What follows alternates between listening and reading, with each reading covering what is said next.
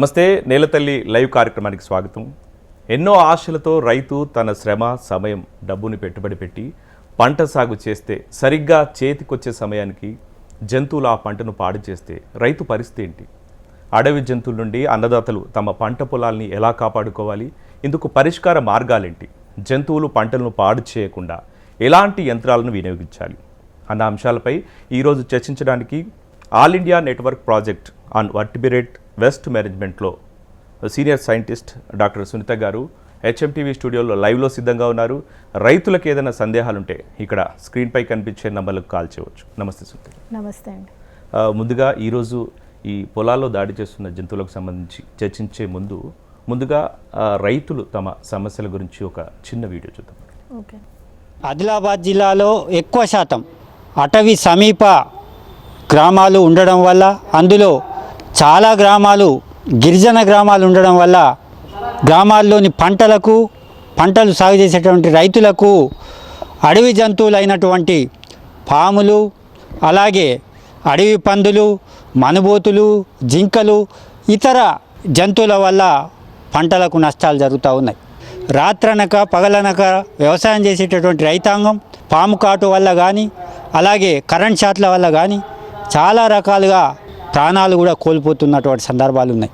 ఒకవేళ అడవి జంతువుల వల్ల పంట నష్టం జరిగితే ప్రభుత్వాలు, రెవెన్యూ శాఖ, అటవీ శాఖ, అలాగే వ్యవసాయ శాఖ పంపితే కూడా దాని తాలూకు నష్టపరిహారం విడుదలలో కూడా చాలా జాప్యం జరుగుతూ ఉన్నది. రైతులు నష్టపోతూ ఉన్నారు. వేడి శాతం పెరగడం ద్వారా పాములు విపరీతంగా రోడ్డు మీదకి వచ్చేసి, లేదా పంట చేనులకు వచ్చేసి పాము కాటుకు గురై చనిపోయినటువంటి ఉన్నారు. అడవి జంతువులు ఉన్నటువంటి ఎలుగుబంటి కావచ్చు, మనబోదు కావచ్చు, అడవి పందుల ద్వారా విపరీతమైనటువంటి గాయాలతో పాటు ప్రమాదాలు కూడా సంభవించినటువంటి దాఖలాలు చాలా ఉన్నాయి.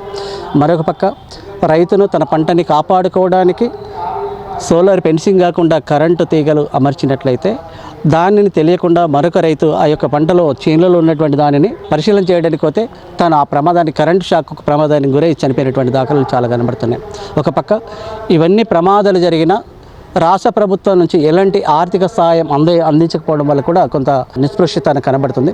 ఒక పక్క ఏ ప్రమాదం వచ్చిన ఇవాళ పాము కాటు కావచ్చు, రోడ్డు ప్రమాదాలు కావచ్చు, ఎలుగుబండి దాడి కావచ్చు, అడవి పంది దాడి వల్ల చనిపోయినట్లయితే మనకు కేంద్ర ప్రభుత్వం ప్రవేశపెట్టినటువంటి ఆపద్ మందు స్కీమ్ని 2017 నుంచి అసలు కేంద్ర ప్రభుత్వం కానీ తెలంగాణ రాష్ట్ర ప్రభుత్వం కానీ అసలు అమలు చేసినటువంటి దాఖలు లేవు.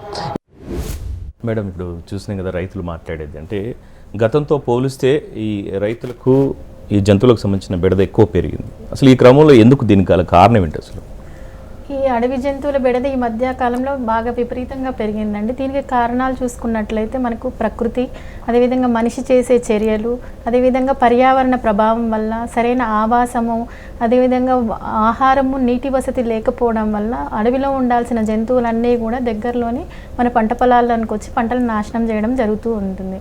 ఇందులో ముఖ్యంగా మనకు చూసుకున్నట్లయితే వాటిని తినే జంతువులు కూడా తగ్గిపోవడం వల్ల వీటి యొక్క సంఖ్య అనేది విపరీతంగా పెరిగిపోయింది. మేడం, ఇప్పుడు అంటే ముఖ్యంగా ఏ పంటలో, ఎట్లాంటి రకాల పంటలో ఎట్లాంటి జంతువులు వచ్చే అవకాశం? మనకు ముఖ్యంగా జంతువుల్లో చూసుకున్నట్లయితే, పక్షుల్లో చూసుకున్నట్లయితే నెమళ్ళ వల్ల మనకు అధికంగా నష్టం ఉంటుంది. నెమళ్ళు మనకు వెజిటబుల్ క్రాప్స్లు, కూరగాయ పంటలను అధికంగా నష్టపరుస్తూ ఉంటుంది. అదేవిధంగా అడవి పందులు, నిశాచర జీవులు, ఇవి రాత్రి వేళల్లోనే వస్తాయి. మనకు వరి, ప్రత్తి, అదేవిధంగా మొక్కజొన్న, షుగర్ కేన్, ఇలా వేరుశనగ పంటలను అధికంగా తింటూ ఉంటుంది. దానికి ఇష్టమైన ఆహార పదార్థం. కోతుల్ని చూసుకున్నట్లయితే ఇవి కూడా అన్ని రకాల పంటలు నష్టం పరుస్తూ ఉంటాయి. ముఖ్యంగా కూరగాయ పంటలు, పండ్ల పంటలని ఎక్కువగా నష్టం కలగజేస్తూ ఉంటుంది కోతులు. ఇంకా జింకలు మనకు కొన్ని ప్రాంతాల్లో మాత్రమే ఉన్నాయి. మన తెలంగాణలో చూసుకుంటే కొన్ని ప్రాంతాల్లో ఉన్నాయి. వీటిని కృష్ణ జింకలు అంటాము. ఈ కృష్ణ జింకలు మనకు చూసుకున్నట్లయితే జోగులాంబ, గద్వాల, నారాయణపేట డిస్టిక్లోను, అదేవిధంగా సంగారెడ్డి జిల్లాల్లో కొన్ని ప్రాంతాల్లోనూ, దేవరకొండ ప్రాంతాల్లో కొన్ని ప్రాంతాల్లో మాత్రమే ఈ జింకలు ఉన్నాయి. ఈ జింకలు కూడా మనకు కొంత వరకు నష్టాన్ని కలగజేస్తూ ఉన్నాయి. గడ్డి పరివాహిక ప్రాంతాల్లోనూ, నదీ పరివాహిక ప్రాంతాల్లో ఈ జింకలు ఎక్కువగా ఉంటాయి. అన్నింటికంటే ఇప్పుడు కోతుల సమస్య ఎక్కువ పెరిగింది. అంటే దాదాపు ఇళ్లలో కూడా, గ్రామాల ఇళ్లలో కూడా వచ్చి ఇబ్బంది పెడుతూ ఉంటాయి. సో అట్లాంటి పంటల్లో కూడా వాళ్ళు ఏం చేయలేని పరిస్థితి, ముఖ్యంగా ఈ అరటి, ఈ మొక్కజొన్న, వీటికి సంబంధించి. సో వీటిని ఏ విధంగా కంట్రోల్ చేసుకోవచ్చు రైతులు? కోతులు సంఖ్య ముఖ్యంగా పెరగడానికి ఏంటి అంటే అందరూ కూడా దైవాంశ సంభూతుడిగా కోతుల్ని భావించి వాటికి ఆహారం అనేది అలవాటు చేయడం చేశారండి. ఆహారం అలవాటు చేశారు. కోతులు సాధారణంగా అడవిల్లో అవి వాటి ఆహారం వెతుక్కోవడానికి దాదాపు 8 నుంచి 10 గంటల ఆహారం వెతుక్కోవడానికి సమయం వెచ్చిస్తుంటుంది. అందులో అది ఎక్కువగా పండ్లను తింటూ ఉంటుంది. అది అక్కడ అడవిలో 8 నుంచి 10 గంటల సమయం వెచ్చించి ఏది దొరికితే అది మాత్రమే తింటుంది. కానీ ఇక్కడికి వచ్చేసరికి మన పంట పొలాల్లో రకరకాల ఆహార పదార్థాలు, రకరకాల పంటలు ఉండడం వల్ల దానికి మంచి పోషకాహారం అనేది లభిస్తుంది. పోషకాహారం లభించడం వల్ల వాటి యొక్క బ్రీడింగ్ కెపాసిటీ అనేది పెరిగి వాటి యొక్క సంతతి అనేది ఎక్కువ సంఖ్యలో పెరగడం జరుగుతూ ఉంటుంది. దానివల్ల మనకు కోతులు అనేవి మన దగ్గర ప్రాంతాల్లోనే అంటే ఈజీగా ఫుడ్ అనేది అవైలబుల్ అవుతుంది కాబట్టి అవి మన పంట పొలాల దగ్గరలో ఉండడము, అదేవిధంగా ఇండ్లల్లో కూడా కొంతమంది అరటిపళ్ళు అని, కొబ్బరి అని అవి అలవాటు చేయడం వల్ల కూడా వీటి యొక్క సంఖ్య పెరిగి మనకి ఇళ్లల్లో కూడా సమస్యగా మారుతూ ఉంటుంది. ముఖ్యంగా వీటిని పరిష్కరించాలి అంటే వాటికి ఫీడింగ్ ఇవ్వడం అని, ప్రతి జంతువుకు కూడా అవి సొంతంగా వేటాడుకొని వాటిని ఫుడ్ అది తెచ్చుకునే శక్తి ఉంటుంది. ఈ విధంగా మనం వాటికి ఫుడ్ అనేది అలవాటు చేయడం వల్ల వాటికి ఈజీగా దొరకడం వల్ల వాటి యొక్క సంఖ్య అనేది పెంచుకుంటూ ఉంటుంది. మనకి అది సమస్యగా మారుతూ ఉంటుంది. ఈ కోతుల నుంచి రక్షించుకోవడానికి మనకు రకరకాల పద్ధతులు ఉన్నాయండి. అందులో చూసుకున్నట్లయితే మనం సోలార్ ఫెన్సింగ్ కానీ, అగ్రికెనాన్ అనే గన్ను ఉపయోగించి మనము శబ్దాలు చేయడం ద్వారా కానీ, అదేవిధంగా ఇవి తినని కొన్ని రకాల పంటలు ఉంటాయి, ప్రత్యామ్నాయ పంటలు, కోతులు తినని పంటలు కూడా ఉంటాయి. అలాంటి పంటలను వేసుకొని మనం కోతుల నుంచి రక్షించుకోవచ్చు. అంటే ఆ ప్రత్యామ్నాయ పంటలు ఏమిటి? ప్రత్యామ్నాయ పంటలు చూసుకున్నట్లయితే కొంచెం కొన్ని బెండకాయలు, బెండ అనేది జిగురుగా ఉంటుంది కాబట్టి అది తినదు. అదేవిధంగా మిరప కారంగా ఉంటుంది కాబట్టి వాటిని తినదు. కొన్ని రకాల దుంప పంటలు, మనం పసుపు కానీ, అల్లం కానీ, నెక్స్ట్ చామదుంపలు ఇలాంటి పంటల్ని తినడానికి అసలు ఇష్టపడదు. కరివేపాకు దాంట్లో కూడా. అదేవిధంగా మనకు కొన్ని ముళ్ళు ఉన్న వంకాయ ఉంటుంది కదా, అలాంటి పంటలను కూడా ఇది తినడానికి ఇష్టపడదు. కాబట్టి ఏ పంట వేసినా కూడా కోతులు మనకు నష్టం చేస్తున్నాయి అన్న సమయంలో ఈ విధంగా ప్రత్యామ్నాయ పంటలు వేసుకొని కూడా మనం కోతుల నుంచి మన పంటల్ని రక్షించుకోవచ్చు. అంటే ఇంతకుముందు మీరు స్కేరీ గన్ గురించి చెప్పారు కదా, అది అంటే అప్పటి మట్టుకేనా లేకపోతే దానివల్ల కొంచెం భయపడి రాకుండా ఉంటాయి పూర్తిగా? ఏ జంతువునైనా మనము శాశ్వతంగా మనము నిర్మూలించడం అవ్వదండి. కొంతవరకు మనకు ఇవన్నీ కూడా టెంపరీ పద్ధతులే. మనకు శాశ్వత పరిష్కారాలు కావాలంటే మనం అడవుల్ని స్ట్రెంథన్ చేయాలి. ముఖ్యంగా ఈ మంకీ స్కేరింగ్ గన్ అనేది కొంతవరకు మనకు కోతులని మన పంటలోకి రాకుండా చేసుకోవచ్చు. ఈ మంకీ స్కేరింగ్ గన్ అనేది ఏంటంటే మనం స్టీల్తో తయారు చేసిపడి ఉంటుంది. ఇందులో మనకు డ్రమ్ అనేది ఉంటుంది, అదేవిధంగా దానికి ముందు గొట్టం లాంటిది ఉంటుంది. ఇందులో మనము కాల్షియం కార్బైడ్ అనేది ఉపయోగిస్తాము. ఆ కాల్షియం కార్బైడ్ దానిపైన కొన్ని వాటర్ వేయడం వల్ల వాటర్ వెళ్ళి కాల్షియం కార్బైడ్ మీద పడడం వల్ల మనకు ఎస్టలీన్ అనే ఒక గ్యాస్ అనేది ఉత్పత్తి అవుతుంది. మనకు దానిపైన మనకు లైటర్ ఉంటుంది. ఆ లైటర్ సహాయంతో వెలిగించినప్పుడు ఆ గ్యాస్ అనేది అధిక శబ్దం చేస్తూ మనకు శబ్దం వస్తుంది. ఇక్కడ శబ్దం మాత్రమే వస్తుంది, ఎటువంటి అపాయం కానీ ఎటువంటి ఇది కాదు. ఈ జంతువులన్నీ కూడా మనకు వన్యప్రాణి సంరక్షణ చట్టంలో ఉండడం వల్ల వీటిని చంపడానికి వీలు లేదు. ఓన్లీ మనము బెదిరించే శబ్దాల ద్వారా. అయితే ఈ కంటిన్యూస్గా మనం ఈ శబ్దాలు చేసినప్పటికీ కూడా అవి అలవాటు పడే అవకాశం ఉంటుంది. కాబట్టి మనము ఒకసారి శబ్దం చేసిన తర్వాత కోతి గుంపు ఎప్పుడైతే మన పొలంలోకి వస్తూ ఉంటుందో ఆ టైంలో మాత్రమే చేయాల్సి ఉంటుంది. ఒకసారి మనం ఆ సౌండ్ చేసినప్పుడు అవి వెళ్ళిపోతాయి, దూరంగా వెళ్ళిపోతాయి. మళ్ళీ 20 నిమిషాల తర్వాత మళ్ళీ వస్తుంది. మళ్ళీ వచ్చినప్పుడు మళ్ళీ మనం ఈ శబ్దం చేయడం వల్ల, కంటిన్యూస్గా ఈ విధంగా చేయడం వల్ల ఏదంటే దానికి ఇరిటేషన్ వచ్చేసి అది దూరంగా వెళ్ళిపోతుంది. దీంతో పాటు అడవి పందులకు సంబంధించి అంటే మన మనుషులు కూడా అంటే హాని చేసే అవకాశం ఉంది, చాలా చోట్ల జరిగింది కూడా. సో అడవి పందులకు సంబంధించి ఏ విధంగా కంట్రోల్ చేసుకోవాలి? అడవి పందులు అంటే మనకు నిశాచర జీవులు, రాత్రి వేళల్లోనే వస్తూ ఉంటాయి. ఎక్కువగా దుంప పంటలను ఇష్టపడుతూ ఉంటాయి. మన పొలంలో మనకు తుంగగడ్డి అనేది ఉంటుంది. ఆ తుంగగడ్డికి ఏంటంటే గడ్డలు అనేవి ఉంటాయి. ఆ గడ్డల కోసం వచ్చి కూడా మన పొలంలో పంటను నాశనం చేస్తూ ఉంటుంది. అదేవిధంగా కొన్ని రకాల పురుగులు ఉంటాయి భూమి లోపల. ఆ పురుగులను తినడానికి వచ్చి కూడా మనకు పంట అనేది నాశనం చేస్తూ ఉంటుంది. ఇవి కొన్ని రకాలు మనం విత్తనాలు విత్తినప్పుడు ఆ గింజల్ని తినడం కానీ, పంట కోతకొచ్చే సమయంలో వచ్చిన అవి తినేదానికంటే కూడా డ్యామేజ్ అనేది ఎక్కువగా చేస్తూ ఉంటుంది. అవి ఎక్కువగా పందులు అనేవి గుంపులుగా ఉంటాయి. అవి వాటి పిల్లలతో ఉన్నప్పుడు అవి చాలా అగ్రెసివ్గా ఉంటాయి. వాటికి ఏదైనా హాని చేస్తామేమో అన్న టైంలో మనకు ఈ రైతులకు కూడా ప్రమాదం జరిగే అవకాశం ఉంటుంది. ఇది ఈ అడవి పందుల నుంచి రక్షించుకోవడానికి మనకు రకరకాల పద్ధతులు ఉన్నాయండి. అడవి పందుల బారి నుంచి రక్షించుకోవడానికి మామూలుగా రైతులు సాంప్రదాయ పద్ధతులైన చీరలు కట్టడము, పంట చుట్టూ కూడా చీరలు కట్టడం వల్ల ఏంటంటే అక్కడ మనుషులు ఉన్నారు అని ఆ స్మెల్ అనేది, వాడిన చీరలు వాడమని చెప్తాము. ఆ వాడిన చీరలు ఉపయోగించడం వల్ల ఏంటంటే అక్కడ మనుషులు ఉన్నారనేది ఆ పందులకి ఏంటంటే వాసన పసిగట్టే శక్తి ఎక్కువగా ఉంటుందన్నమాట. మనుషులు ఉన్నారు అని భ్రమపడే దూరంగా వెళ్ళిపోవడం జరుగుతూ ఉంటుంది. అదేవిధంగా పంది కొవ్వు అనేది ఉంటుంది. పంది కొవ్వును మనం జూట్ రోప్ను పురికోస తాడును మన పంట చుట్టూ కూడా 3 వరుసలు చుట్టుకొని ఆ పురికోస తాడుకి పంది కొవ్వును అనేది మనం పూసినట్లయితే ఇక్కడ ఏంటంటే ప్రతి జంతువు కూడా గృహ పరిధి అనేది ఉంటుంది. ఒక ఆ జంతువు గుంపు సమూహం ఉన్న గృహ పరిధిలోకి ఇంకొక పంది సమూహం అనేది రాదు.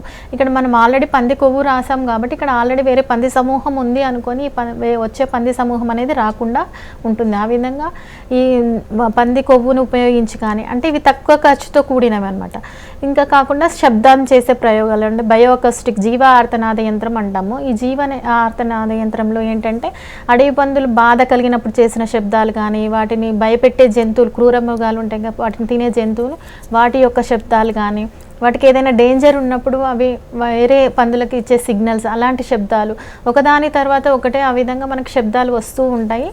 ఈ విధంగా కంటిన్యూస్గా శబ్దాలు మనం రాత్రి వేళలో ఆన్ చేసుకొని మనకి నైట్ టైం ఆన్ చేసుకొని అదేవిధంగా పొద్దున్న వరకు అంటే సోలార్తో ఛార్జింగ్ అవుతుంది. పొద్దున్న మొత్తం కూడా మనకు సోలార్ పలక సహాయంతో ఛార్జింగ్ అయ్యి అది మనకు బ్యాటరీ అనేది 10 అవర్స్ వరకు కూడా పనిచేస్తుంది. కాబట్టి రాత్రి సమయంలో అది ఆన్ చేసుకొని మనము పొద్దున ఆఫ్ చేసుకుంటే కంటిన్యూస్ శబ్దాలు రావడం, మధ్యలో మనకు సైలెన్స్గా ఉండడం, అడవిలో ఏ విధంగా ఉంటుందో ఆ విధంగా ఉండడం వల్ల కొంతవరకు ఈ అడవి పందులు అనేవి రాకుండా ఉంటుంది. అది కాకుండా సోలార్ ఫెన్సింగ్ వాటిని కూడా ఉపయోగించి మనం అడవి పందుల నుంచి మన పంటల్ని రక్షించుకోవచ్చు. ఈ మధ్యకాలంలో ఈ పాము కాటు బాగా జరుగుతుంది మేడం. అంటే ముఖ్యంగా ఇంతకుముందు మనం ఆదిలాబాద్ నుంచి ఒక రైతు మాట్లాడారు, అంటే పాము కాట్లు ఎక్కువ ఉంది అంటే వాళ్ళది అటవీ ప్రాంతానికి దగ్గరగా ఉంది. సో అట్లాంటి వాళ్ళు ముందు జాగ్రత్తగా లేకపోతే పాము కాటుకు సంబంధించి ఏ విధంగా జాగ్రత్తలు తీసుకోవాలి? రైతులు పొలాల్లో పని చేసేటప్పుడు వాళ్ళు ఖచ్చితంగా పాము కాటుకు గురయ్యే అవకాశం ఎక్కువగా ఉంటుంది. అయితే వాళ్ళు పాములు అనేవి నిశాచర జీవులు, రాత్రి వేళల్లో ఎక్కువగా ఉంటాయి కాబట్టి రాత్రి వేళల్లో పొలంకి వెళ్ళడం కొంతవరకు అవాయిడ్ చేసుకోవాలి. కంపల్సరీ వెళ్ళాలి అన్న సమయంలో మనం కొన్ని జాగ్రత్తలు తీసుకోవాల్సి ఉంటుంది. అంటే లైట్ అనేది వేసుకొని మనం వెళ్ళడం కానీ, అదేవిధంగా షూస్ మోకాలి వరకు ఉన్న షూస్ని బూట్లోని ధరించడం ద్వారా కానీ మనం కొంతవరకు, అదేవిధంగా రాళ్ళు కానీ రాళ్ల కింద ఈ పాములు ఎక్కువగా ఉండే అవకాశం ఉంటుంది. కాబట్టి అలాంటి ప్లేసెస్కి వెళ్ళినప్పుడు కొంచెం జాగ్రత్తగా తీసుకొని ఉండాలి. అయితే ముఖ్యంగా మనకు చాలా పాములు అనేవి మనకు మేలు చేసేవే ఉన్నాయండి. మన పంటల్లో వచ్చే పురుగుల్ని అదేవిధంగా ఎలుకల్ని తింటూ మనకు మేలు చేస్తూ ఉంటుంది. కొన్ని 4 రకాల పాములు మాత్రమే మనకు పాయిజనస్ పాములు ఉన్నాయి. అవి ఏంటంటే కట్ల పాములో చూసుకున్నట్లయితే 2 రకాలు ఉన్నాయి. రక్తపింజర ఒకటి ఉంటుంది, నాగుపాము. ఈ 4 మాత్రమే మనకు పాయిజనస్. ఇవి కరిచినప్పుడు మాత్రమే మనకు ప్రమాదం జరిగే లాభం ఉంది. చాలా వరకు కూడా మనకు నాన్ పాయిజనస్ స్నేక్సే ఉన్నాయి. 4 రకాలు మాత్రమే పాయిజనస్ ఉన్నాయి. ఇవి కరిచినప్పుడు కూడా మనం కొంచెం తొందరగా జాగ్రత్తలు తీసుకుంటే అంటే ఆ కరిచిన ప్లేస్ అంటే మనం ఉద్రేకానికి గురి అవ్వకుండా శ్వాస అనేది నెమ్మదిగా తీసుకొని శాంతంగా ఉండి భయపడకుండా ఉండాలి. అదేవిధంగా కరిచిన చోట మనము కట్టుకట్టడం కానీ అట్లాంటి పనులు చేయొద్దు. సబ్బుతో కానీ కత్తితో కానీ గాయం చేయడం అలాంటివి చేయొద్దు. అదేవిధంగా మనకు రక్త ప్రసరణ అనేది మనకు అంటే అతివేగంగా ఊపిరి తీసుకోవడం అట్లాంటివి చేయొద్దు.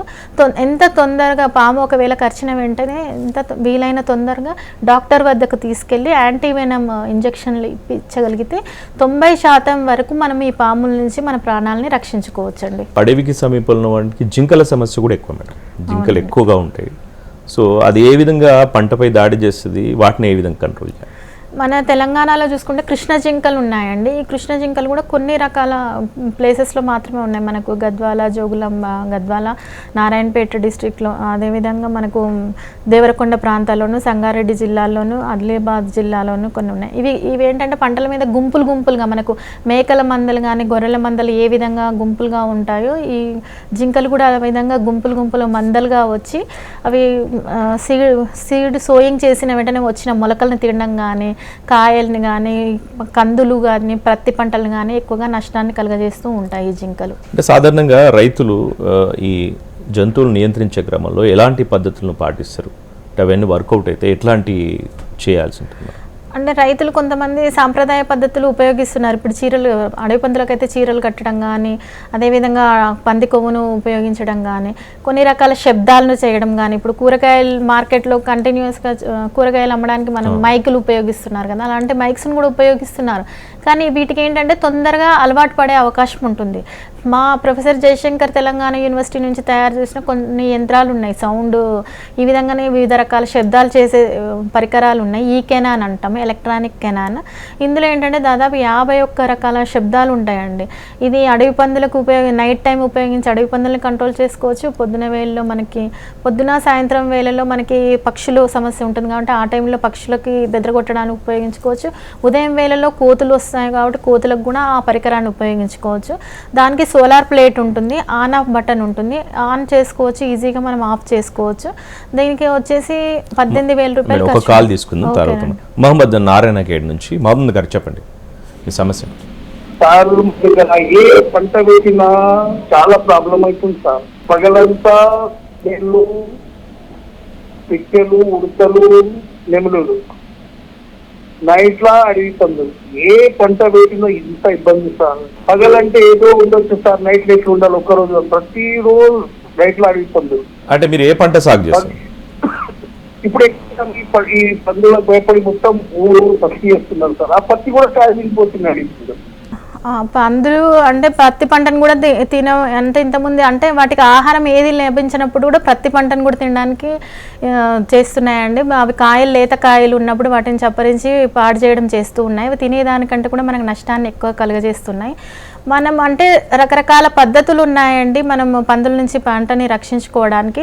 హెచ్డిపి నైలాన్ బల అనేది దొరుకుతుంది మనకు 6 ఫీట్ల వెడల్పులో దొరుకుతుంది. మనం 3 ఫీట్లు పైకిను 3 ఫీట్లు మనం భూమిపైన పరుచుకునేటట్లు ఏర్పాటు చేసుకున్నట్లయితే, ఇక్కడ ఏంటంటే ఓన్లీ పైకి ఏర్పాటు చేసుకుంటే అది వచ్చి దాని కొమ్ముల సహాయంతో చింపివేసే అవకాశం ఉంటుంది.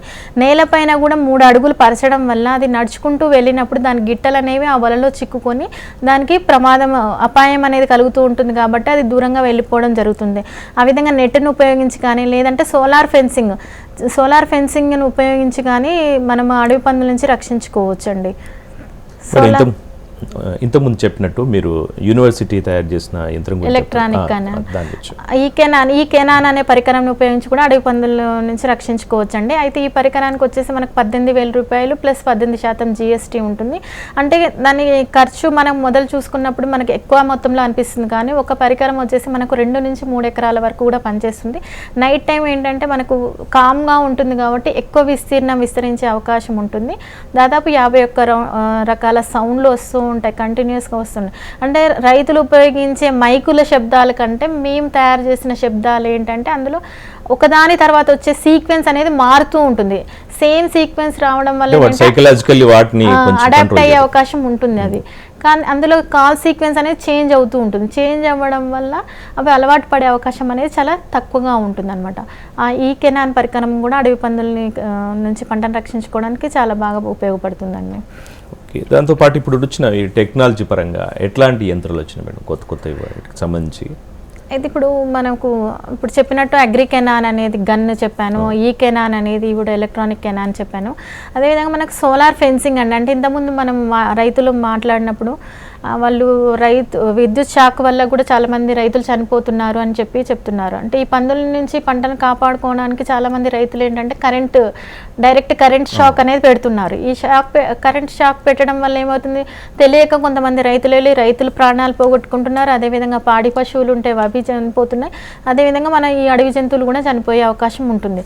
కాబట్టి దీని నుంచి రక్షించుకోవడానికి మనం సోలార్ ఫెన్సింగ్ అనేది ఒకటి ఉందండి. ఆ సోలార్ ఫెన్సింగ్లో ఏంటంటే మనకు తక్కువ వోల్టుల విద్యుత్ ప్రవహిస్తుంది కాబట్టి మనకు ప్రమాదం ఎవరికి కూడా మనుషులకు కానీ అదేవిధంగా జంతువులకు కానీ ఎటువంటి అపాయం కలగదు. దాన్ని టచ్ చేసినప్పుడు మనం ఏమవుతుందంటే జస్ట్ షాక్ లాగా వస్తుంది అనమాట, జర్క్ లాగా వస్తుంది.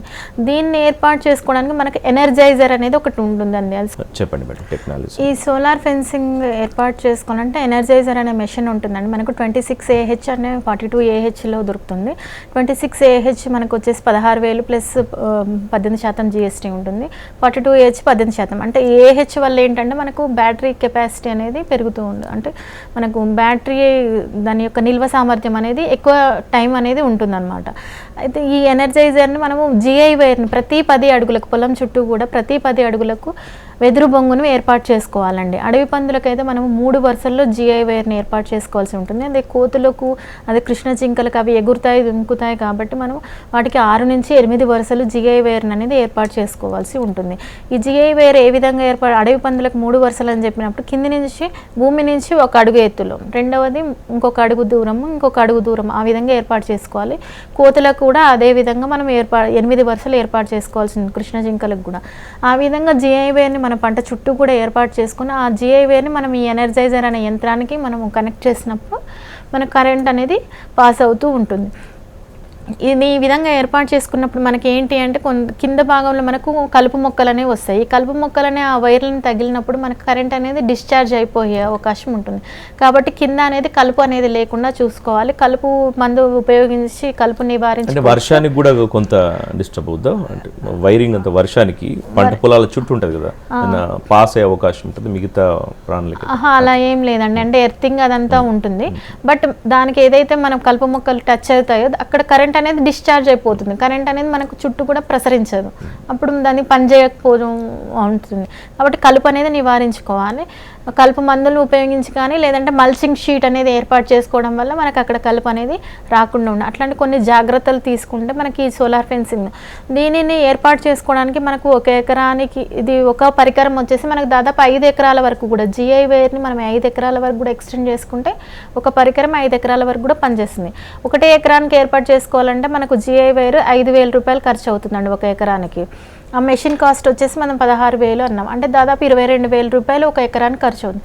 అదే మీరు 5 ఎకరాలకు వెళ్ళారనుకోండి, 5 × 5 అంటే 25,000 జిఐ వేర్ కాస్ట్ అవుతుంది.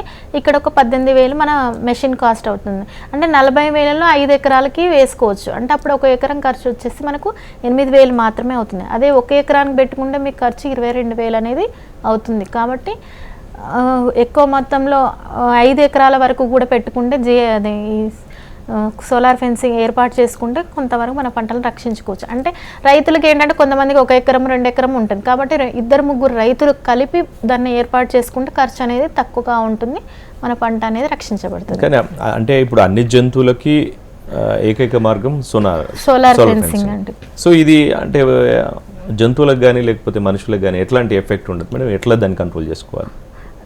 మనుషులకు కానీ జంతువులకు కానీ ఎటువంటి ప్రమాదం ఉండదండి. అది ఆ తీగల్ని తగిలినప్పుడు మనకి ఏంటంటే మనకు షాక్ జర్క్ లాగా వస్తుంది, అంతేగాని ఎటువంటి అపాయం అనేది జరగదు. షాక్ తగలడం వల్ల అవి ఏమవుతుంది, ఇక్కడ ఏదో డేంజర్ ఉంది అని చెప్పేసి భయానికి గురై వెనుదిరిగి వెళ్ళిపోవడం జరుగుతూ ఉంటుంది అన్నమాట. ఈ యంత్రాలకు సంబంధించి అంటే ప్రభుత్వం నుంచి ఏదైనా ప్రోత్సాహకాలు ఉంటాయి మేడం రైతులకు ప్రత్యేకంగా? ఈ సోలార్ ఫెన్సింగ్ అనేది చాలా బాగా పనిచేస్తుందని చాలా మంది రైతులు చెప్పారు. దానికోసం వాళ్ళు సబ్సిడీ అడుగుతున్నారండి గవర్నమెంట్ నుంచి, కానీ గవర్నమెంట్ నుంచి ఇంకా ఏమీ లేదు. సబ్సిడీ కోసమే చాలామంది రైతులు అనేది అడుగుతున్నారు. ఇప్పటివరకు అయితే ఎటువంటి ప్రోత్సాహకం అయితే లేదండి ఈ యంత్రాలకు సంబంధించి. అంటే ఈ యంత్రాలకు సంబంధించి అవగాహన కోసం అంటే ట్రైనింగ్ పర్పస్ అవ్వచ్చు, లేకపోతే యంత్రాలు ఇప్పుడు యూనివర్సిటీలో రెడీ చేసింది కదా మీరు ప్రత్యేకంగా, సో వీటి కోసం ఎక్కడ అందుబాటులో ఉంటాయి మేడం? రైతులు ఎక్కడ సంప్రదించాలి? అంటే యూనివర్సిటీలో మనకు అఖిల భారత సక్షేరుక చీడల యాజమాన్య విభాగం అనేది ఉందండి. దాంట్లోనే ఇవన్నీ కూడా వీటి మీద రీసెర్చ్ అనేది జరుగుతూ ఉంటుంది. అక్కడికి వచ్చినా మీకు వీటి గురించి కావాల్సిన వివరాలన్నీ కూడా చెప్పడం జరుగుతూ ఉంటుంది. మనకి ఈ యంత్రాలు కావాలి అంటే మనకు యూనివర్సిటీతో గమ్యం టెక్నాలజీ వాళ్ళు ఎంఓయూ ఉందండి. అంటే టెక్నాలజీ అనేది గమ్యం టెక్నాలజీ వాళ్ళు ఏంటంటే మ్యానుఫ్యాక్చరింగ్ చేశారు. వాళ్ళకి యంత్రాలు కావాలంటే గమ్యం టెక్నాలజీ వాళ్ళని కూడా సంప్రదించి వాళ్ళు నేరుగా ఈ యంత్రాలను కొనుక్కోవచ్చండి. ఈ పక్షులకు సంబంధించి పక్షులు ఎట్లాంటి సమస్యలు? పక్షుల్లో మనకు ముఖ్యంగా నెమళ్ళ సమస్య అధికంగా ఉందండి. నెమలి అనేది మనకు జాతీయ పక్షి. ఇవి కూడా వన్యప్రాణి సంరక్షణ చట్టంలో ఉన్నాయి కాబట్టి చంపడానికి లేదు, చంపకుండా వాటిని చేయాలి. అంటే ఈ పక్షుల్లో ముఖ్యంగా రామచిలుకలు ఉంటాయి, పావురాళ్ళు ఉంటాయి, నెమళ్ళు ఇవి ఎక్కువగా మనకు డ్యామేజ్ ఎప్పుడు చేస్తాయంటే విత్తనాలు విత్తినప్పుడు ఆ గింజలను ఏరుకొని తినడం కానీ, అదేవిధంగా గింజలు పాలు పోసుకునే దశ నుంచి గింజ గట్టిపడే దశ వరకు కూడా రైపనింగ్ స్టేజ్లో ఆ టైంలో కూడా మనకు ఎక్కువగా నష్టాన్ని కలుగజేస్తూ ఉంటాయి. వీటి సమయం చూసుకుంటే పొద్దున వేళల్లో, అదేవిధంగా ఈవినింగ్ టైంలో ఎక్కువగా ఉంటాయి. పొద్దున మనకు చూసుకుంటే 6 నుంచి 9 గంటల వరకు, ఈవినింగ్ చూసుకుంటే 4 to 6 వరకు కూడా వీటి యొక్క నష్టజాతం అనేది, వీటి ఫీడింగ్ హ్యాబిట్ అనేది ఎక్కువగా ఉంటుంది. ఆ టైంలో మాత్రం మనం వీటిని కంట్రోల్ చేసుకోవాల్సి ఉంటుంది. వీటిని కంట్రోల్ చేసుకోవడానికి కూడా ఇప్పుడు ఇంతకుముందు చెప్పిన అగ్రికెనాన్ కానీ ఈ కెనాన్ పరికరం అంటే సౌండ్స్ చేసి వాటిని పారద్రోలడం అనమాట. Thank you so much madam, చాలా వివరంగా చెప్పారంటే జంతువుల దాడి నుంచి రైతులు ఏ విధంగా కాపాడుకోవాలన్న అంశం గురించి. ఇది ఇవాల్టి నేల తల్లి కార్యక్రమం. నమస్తే.